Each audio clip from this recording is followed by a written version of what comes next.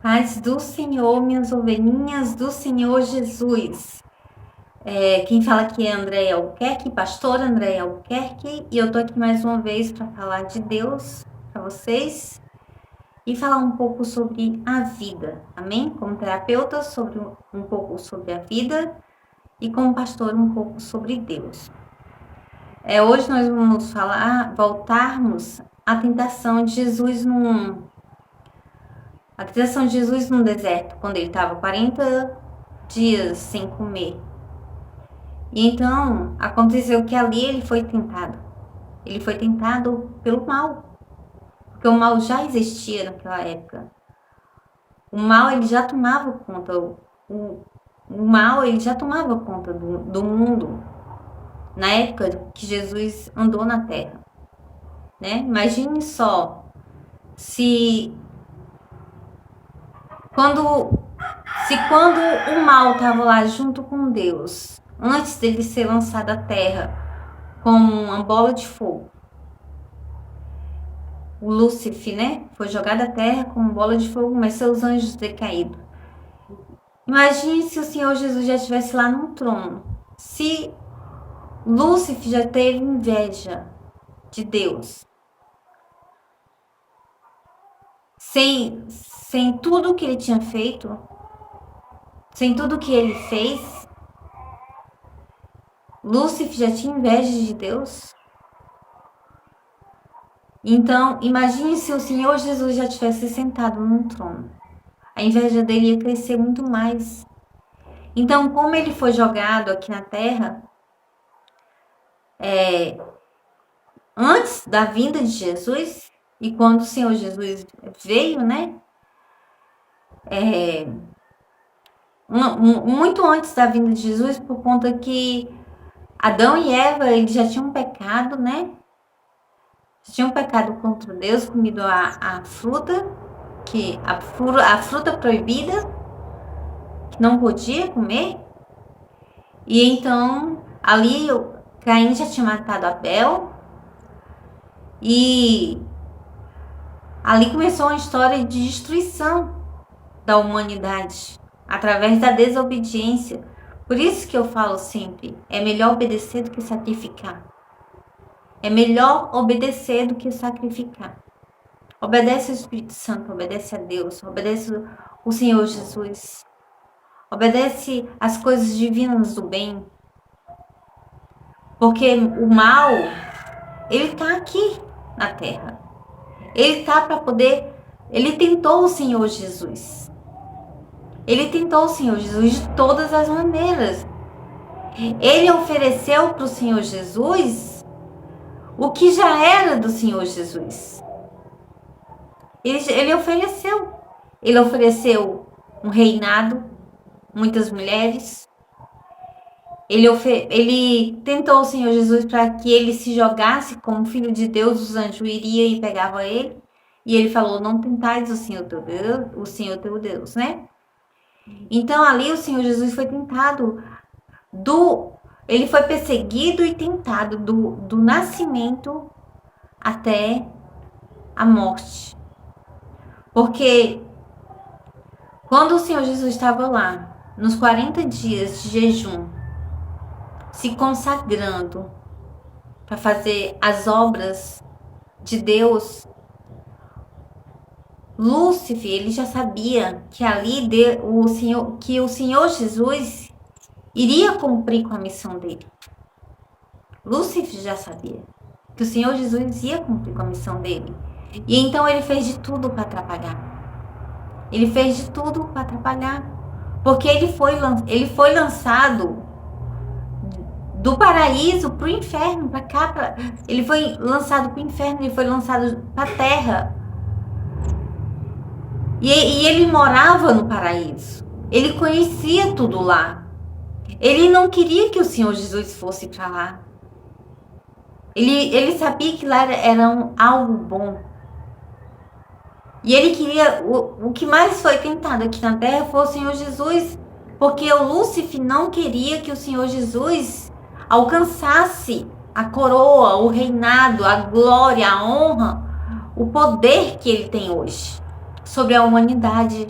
aqueles que se entregam para o Senhor Jesus.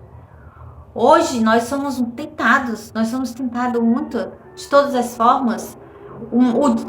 Lúcifer e seus demônios decaídos, seus anjos decaídos, eles tentam, eles oferecem coisas a nós, eles oferecem sem nós sabermos, de uma forma que nós nem, se nós não tivermos a perspectiva espiritual entre as coisas de Deus e as coisas do mal, nós não sabemos nem que nós estamos fazendo a vontade do mal. Nós achamos que estamos fazendo a vontade de Deus, porque o mal, ele vem para confundir, ele vem para enganar, ele trabalha com mentiras, ele trabalha com falsidade, ele trabalha com tramas, ele trabalha com botando angústia, ele trabalha colocando insegurança, ciúmes, inveja. Ele trabalha colocando dúvida. E ele veio para tentar confundir os que já são salvos. Porque era igual ao Senhor Jesus. O Senhor Jesus já era salvo. Mas ele queria fazer de tudo para que o Senhor Jesus perdesse a salvação. O Filho de Deus perdesse a salvação. Ele queria fazer de tudo. Ele fez de tudo. Ele fez de tudo para ele desistir do propósito que Deus tinha para a vida dele. Só que o Senhor Jesus não desistiu. O Senhor Jesus, ele venceu o diabo, ele venceu o mundo, ele venceu pessoas usadas pelo diabo, ele venceu o próprio diabo, ele venceu o pecado, ele venceu o mundo, ele venceu a carne, ele venceu a morte. E nós, se nós ficarmos sempre em oração, sempre em comunhão com Deus, e todas as nossas alianças que nós fazemos com Deus, nós cumprir, nós também iremos vencer a morte, nós também iremos vencer o pecado, nós também iremos vencer a carne, nós também iremos vencer o mundo, nós iremos vencer a morte, porque o Senhor, se nós estivermos focados em herdar a vida eterna com Deus, como o Senhor Jesus ele herdou,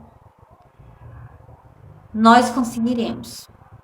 Agora, se nós deixarmos o sopro do mal, que ele vem como forma de luz, para enganar os que já são salvos, e os que são salvos não se ligar, não ter a perspectiva do que é de Deus e do que não é, ele vai perder a maior riqueza que Deus, a maior promessa que Deus deixou na Bíblia para nós, a promessa da salvação eterna.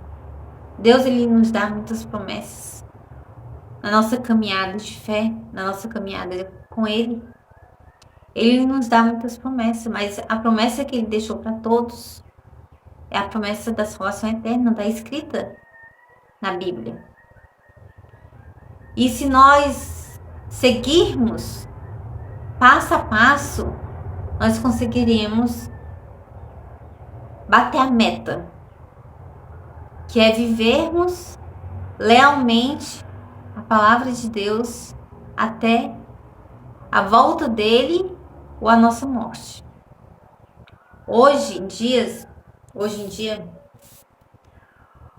o povo do mundo aí, ele se envolve, os homens se envolvem com mulheres casadas, as mulheres se envolvem com homem casado, e eles não sabem que aquilo ali é o diabo oferecendo. O diabo, ele faz o quê? Uma ilusão. Se você casar com tal mulher, você vai conseguir crescer na vida. Se você conseguir casar com tal homem, aquele homem, aquela mulher comprometida, tendo um casamento, tendo uma família unida. O diabo, ele põe na mente, se você destruir essa família, Você vai alcançar tal, bens materiais. Ele ilude a pessoa. E a pessoa pega, vai e se destrói aquela família. E o que acontece? O diabo ele começa a trabalhar. Ele começa a trabalhar na mente da pessoa que foi traída. Ele começa a trabalhar na mente da pessoa que traiu. Ele começa a trabalhar na mente da mulher ou do homem que adulterou. E aí começa a destruição. Muitas vezes causa morte, desgraça. Por que acontece tanto chacina? Eu acho que é isso, chacina, né? Quando matam toda uma família. Exatamente por isso. Porque as pessoas, elas não pensam mais hoje em dia no que elas vão falar. Elas não pensam mais hoje em dia na maneira que elas falam. Elas não pensam mais o que ela está provocando, o que ela está plantando no interior daquela pessoa. Elas não pensam mais nos atos que ela fazem, no que vai causar insegurança, o que vai causar medo, o que vai causar dor. Ela não pensa mais no próximo. Ela só pensa no que ela quer, o que vai saciar a vontade carnal dela. Então, o que vai saciar a vontade carnal dela vai contra a lei de Deus. E quando vai contra a lei de Deus, o que acontece? Acontece que ali ela tá dando brecha, ela tá dando espaço para o mal entrar na vida dela e destruir tudo na vida dela. Destruir tudo na vida dela. Então, o que acontece? Acontece que nós que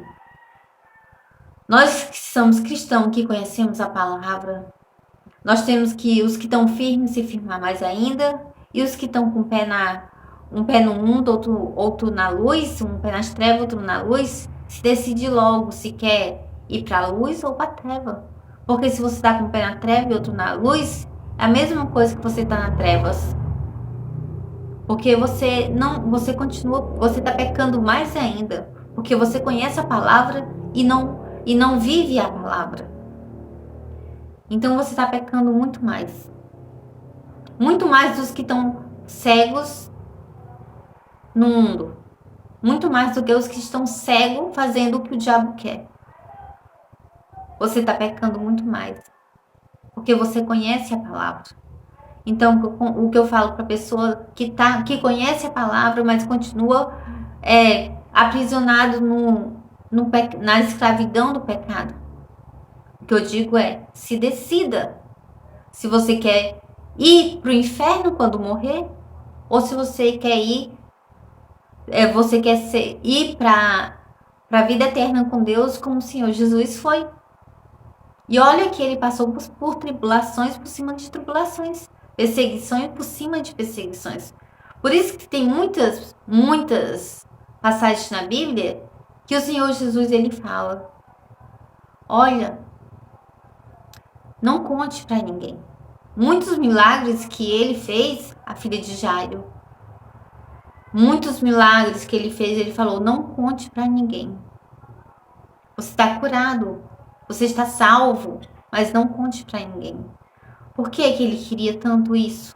Por que ele queria tanto esguardar os feitos dele? Porque ele era muito perseguido. E ele sabia que ali ele tinha que se resguardar para poder, porque não tinha chegado o tempo dele ser entregue. Não tinha chegado o tempo dele ser entregue. Então ele tinha que se resguardar para que os que queriam crucificar ele não pegar ele antes de todo o propósito que Deus tinha para a vida dele aqui. Então, passou o tempo ali, eu espero que esse vídeo tenha edificado você, que vocês pensam bem no que vão falar, no que vão fazer, no que vão agir, quem está conduzindo vocês. para refletir, para questionar quem está conduzindo vocês. Se aquilo vai agradar a Deus, vai desagradar. Um beijo, um dia abençoado e até o próximo vídeo!